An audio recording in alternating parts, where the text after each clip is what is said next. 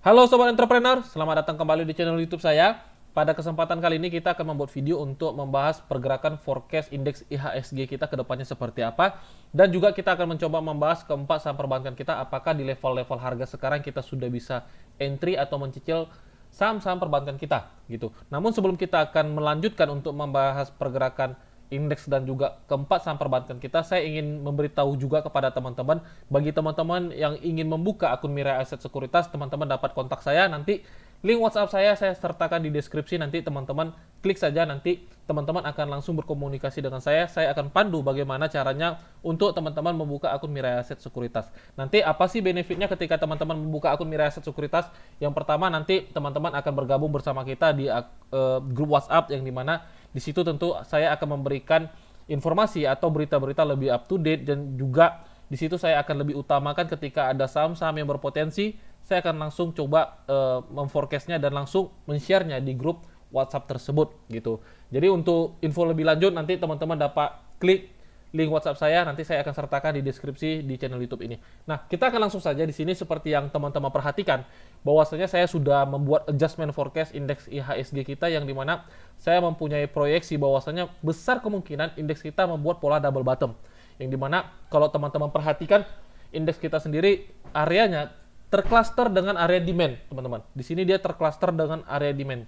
Jadi kita mempunyai sebuah analisa bahwasanya besar kemungkinan indeks kita akan berada di level harga 6.479 sampai 6.556. Itu adalah area bottom, kemungkinan besar indeks kita akan bentuk gitu.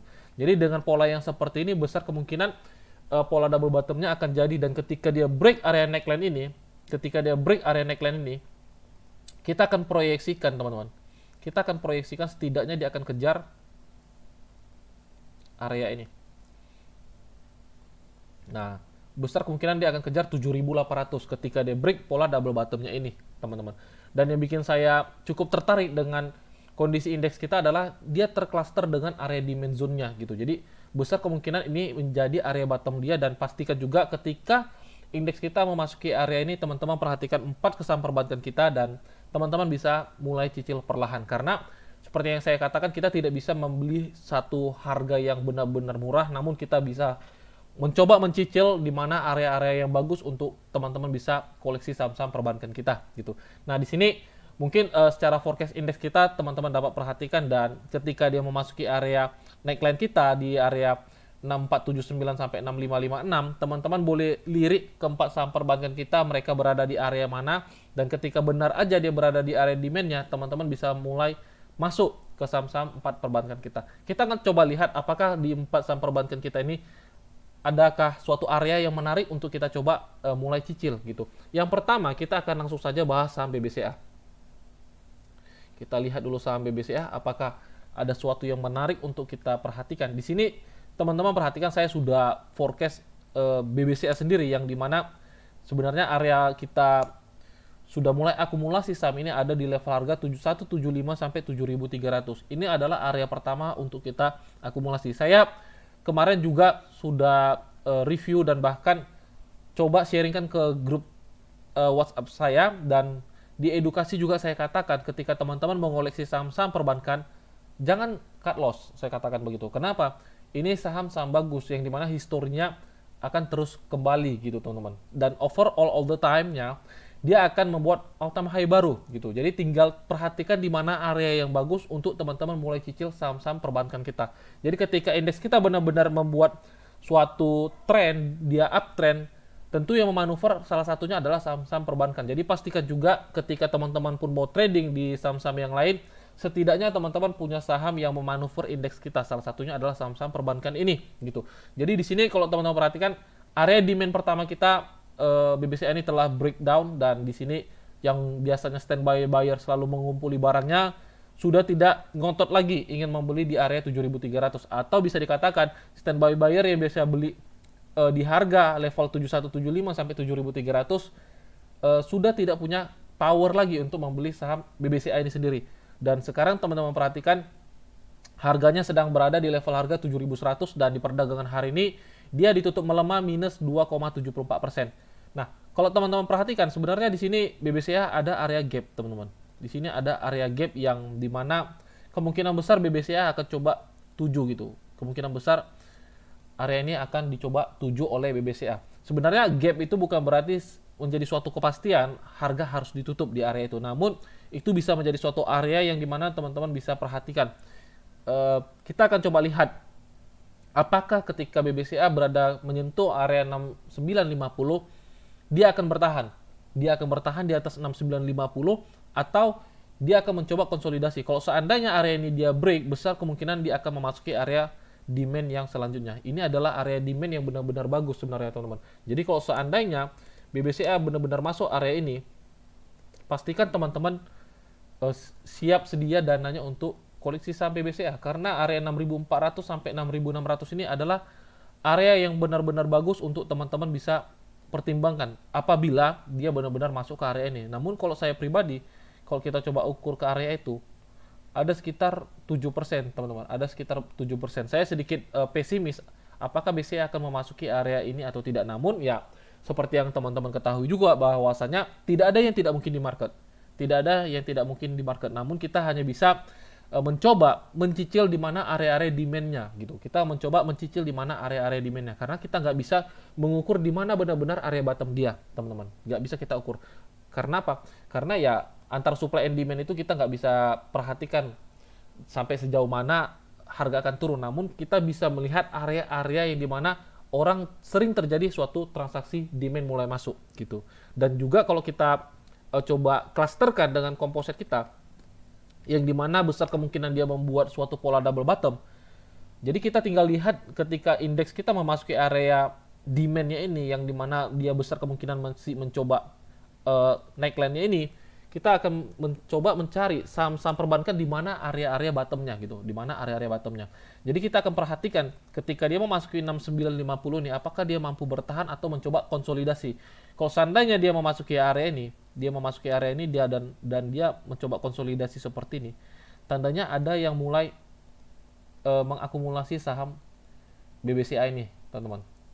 Ada beberapa pihak yang mencoba mengakumulasi saham BBCA ini. Untuk memvalidasinya kita akan coba lihat broker summary-nya gitu. Kita akan coba lihat broker summary-nya apakah selama dia mengkonsolidasi apakah ada suatu broker yang coba mengakumulasi saham BBCA ini. Kita akan lihat nanti perkembangannya seperti apa gitu. Nah, mungkin itu untuk BBCA. Jadi secara price memang dia ada suatu tren yang transisi, ada suatu tren yang dimana kalau secara coding dia akan transisi dari tren bullish dari sini dan dia akan coba cenderung turun. Namun kalau kita perhatikan secara weekly chart-nya, sebenarnya di sini adalah higher low-nya dan dia break di sini, dan itu tandanya dia membuat lower low gitu. Dia membuat lower low, namun kita akan tunggu coding structure selanjutnya seperti apa. Kita akan tunggu coding structure-nya seperti apa.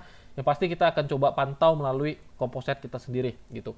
Nanti untuk update-nya saya akan coba adjustment-nya selalu kirim di grup WhatsApp dan juga grup Telegram. Nah, selanjutnya kita akan bahas saham BBRI. Kita akan perhatikan saham BBRI.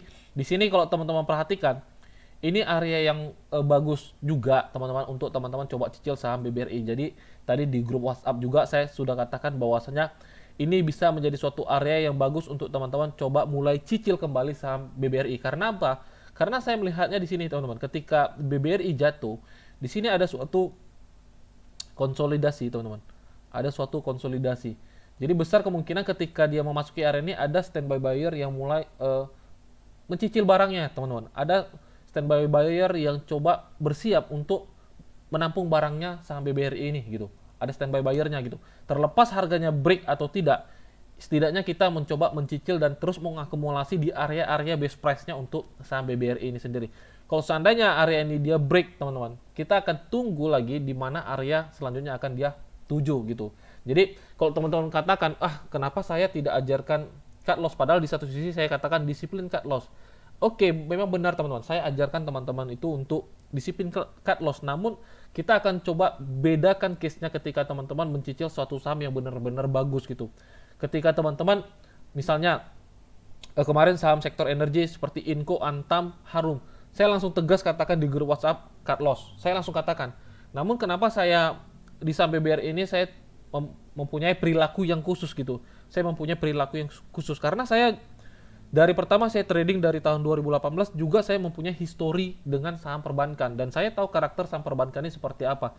Kalau teman-teman perhatikan tarik 10 tahun ke belakang atau bahkan 20 tahun ke belakang, saham perbankan ini nggak ada matinya, teman-teman. Saham perbankan ini nggak ada matinya. Dan teman-teman juga harus ketahui bahwasanya saham perbankan ini adalah urat nadi ekonomi negara kita. Jadi nggak akan mungkin dia sampai drop sampai segitu jauh, apalagi sampai harganya delisting atau sampai 50, itu udah nggak mungkin, teman-teman. Itu kecil kemungkinan, kecuali benar-benar negara kita bangkrut, ya bisa jadi BBR ini sampai jatuh ke harga Rp50 gitu. Nah, saya bukan optimis, tapi kita melihatnya seperti itu karena urat nadinya negara itu adalah perbankan. Dan untuk BBRI sendiri, ketika teman-teman mulai mengakumulasi sahamnya, ya kenapa teman-teman harus jual gitu? Sayang, karena saya pernah sharingkan pengalaman saya katakan apa? Saya pernah beli waktu Covid 4.300 dan ketika di harga 2.400 saya average dan saya punya average di 3.300 pada waktu itu, dan benar aja nggak butuh waktu lama, hanya sekitar 1 tahunan harga sampai ke 4.800 gitu. Dan saya mempunyai forecast bahwasanya BBR ini sampai akhir tahun bisa di atas 5.000, setidaknya dia akan kejar 5.500, teman-teman. Itu adalah forecast saya. Jadi sebelum dia menyentuh area 5.500, teman-teman coba perhatikan area-area demand-nya dan coba koleksi saham ini, teman-teman. Coba koleksi saham ini. Nah, sekarang teman-teman perhatikan, ini adalah area demand pertama untuk kita coba mulai cicil kembali saham BBRI. Itu adalah area kedua. Area pertama kita ada di 4.250 sampai 4.300, dan saya pribadi punya barang BBRI ini di harga 4.300. Dulu saya punya di 3.700, dan ketika di harga 4.500 saya mendengar inflasi tinggi, saya langsung jual saham ini. Ketika saya lihat USD IDR jebol 14.000, saya langsung jual saham BBRI ini. Dan benar aja sekarang harganya turun ke 4.000-an gitu. Namun di 4.300 sampai 4.250 saya kembali entry di saham BBRI ini. Namun tidak menggunakan full dana karena apa? Saya coba perhatikan dulu secara strukturnya seperti apa, dan benar aja dia break masuk area 4.000 sampai 4.050, dan di perdagangan hari ini saya coba kembali cicil saham ini, teman-teman. Saya coba cicil kembali saham ini. Kalau seandainya benar-benar area ini dia break kembali, saya cukup pesimis, terlepas seperti yang kita katakan bahwa saya tidak ada yang tidak mungkin di market ke 3.500. Namun ingat, 3.500 ini adalah harga saham right issue gitu. Kalau teman-teman perhatikan di tahun lalu BBR ini pernah right issue dan harga right-nya itu kurang lebih 3.500 kalau nggak saya salah. Saya pernah tebus di area itu, dan saya yakin kalau seandainya area ini tebus, tidaknya dia akan jebol, dia akan kejar area 3.700 ini aja, teman-teman. Ini adalah area yang kemungkinan besar kalau seandainya area 4.000 akan break. Ini adalah area yang kemungkinan besar menjadi tahanan terakhir dia gitu. Ini adalah area terakhir dia. Kalau seandainya benar-benar dia break, dia masih 3.500, saya berani katakan kepada teman-teman, beli secara full margin. Ketika dia benar-benar ke 3.500. Beli secara full aset ya, tidak secara full margin itu dengan hutang, tidak, dengan full aset, teman-teman. Karena apa? Harga right issue itu harga modal suatu negara kita, teman-teman. Itu harga modal negara kita. Kalau seandainya benar-benar masuk area itu, teman-teman punya barangnya, berarti harga teman-teman itu harga modal negara kita, dan ya itu menjadi suatu opportunity yang teman-teman jangan sampai sia-siakan gitu. Namun saya cukup pesimis kalau seandainya dia benar-benar bisa sentuh 3.500 ya, tapi seperti yang kita katakan, tidak ada yang tidak mungkin di market. Tapi saya pribadi forecast-nya adalah ketika seandainya area 4.000 ini dia break benar-benar, kemungkinan level terjatuh dia ada di 3690 sampai 3770 itu. Jadi area average kita selanjutnya ketika area 4.000 ini dia break adalah area 3690 sampai 3770. Oke, itu untuk BBRI. Selanjutnya kita akan lihat saham BBNI. Nah, untuk BBNI sendiri teman-teman perhatikan, sebenarnya dia telah break area neckline-nya ini, teman-teman. Dia break area neckline-nya ini dan dia drop. Kita kalau coba ubah time frame-nya ke lebih tinggi ke weekly, di sini ada area yang benar-benar menjadi suatu yang sangat bagus sebenarnya, teman-teman. Nah, sebentar ya. Nah, kenapa saya katakan ini menjadi area yang bagus? Karena di sini terjadi suatu area yang menjadi suatu area yang penting, teman-teman. Di sini dia menjadi suatu area resisten dan dia break. Di sini dia menjadi area di sini dia menjadi area support kuat, dan di sini dia menjadi area resisten, dan di sini dia kembali menjadi area support. Jadi untuk BBNI saya pribadi coba tunggu dia memasuki area kita ini. Saya adjust dulu, sesuaikan areanya. Nah, jadi untuk BBNI sendiri, teman-teman tunggu dia memasuki area 6925 sampai 6575. Ketika dia benar-benar memasuki area ini, teman-teman bisa coba pertimbangkan koleksi saham BBNI ini. Kita coba lihat berapa persen dia akan mengalami penurunan. Sorry, ada sekitar 8%, teman-teman. Ada sekitar 8%. Jadi kita akan coba tunggu dia memasuki area ini, atau kita tunggu struktur barunya terbentuk seperti apa gitu. Jadi untuk BBNI mungkin forecastnya hanya seperti itu aja. Nanti saya akan coba kirim gambarnya di grup WhatsApp dan juga di grup Telegram untuk gambar forecastnya sendiri. Nah, saham terakhir yang ingin kita bahas di video kali ini adalah saham perbankan, yaitu Bank Mandiri. Untuk Bank Mandiri sendiri sebenarnya di grup WhatsApp saya sudah kirim tadi pagi untuk forecast saham ini. Untuk area entry atau akumulasi saham untuk Mandiri ini ada di 6.900 sampai di 7.150. Sampai 7.150. Di sini sebenarnya kalau teman-teman perhatikan secara structure market, saham ini sangat jelas strong bullish, teman-teman. Dia konsisten membuat higher high, higher low, higher high, higher di sini higher low, ya kan? Higher high. Dan ini menjadi suatu key level penting dia. Teman-teman. Ini menjadi suatu key level penting dia. Sebenarnya kalau kita tandakan seperti ini, dia udah mulai memasuki area demand-nya gitu. Dia sudah mulai memasuki area demand-nya. Namun kita coba tunggu dulu, kita coba pastikan lagi apabila dia benar-benar memasuki areanya ini, teman-teman bisa coba pertimbangkan koleksi saham Mandiri ini. Sebenarnya area range akumulasinya cukup gede di sini, teman-teman perhatikan. Ini adalah namanya area akumulasi dan juga area demand zone dia. Dan benar aja dia udah pernah masuk sekali dan dia terjadi suatu reaksi buyer mulai masuk, teman-teman.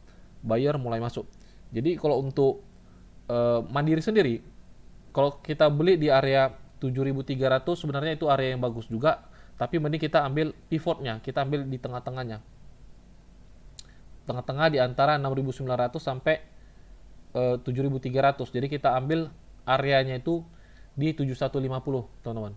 Kurang lebih disitulah. Kita coba perhatikan apakah benar-benar area ini, harga Mandiri ini akan masuk ke area itu atau tidak.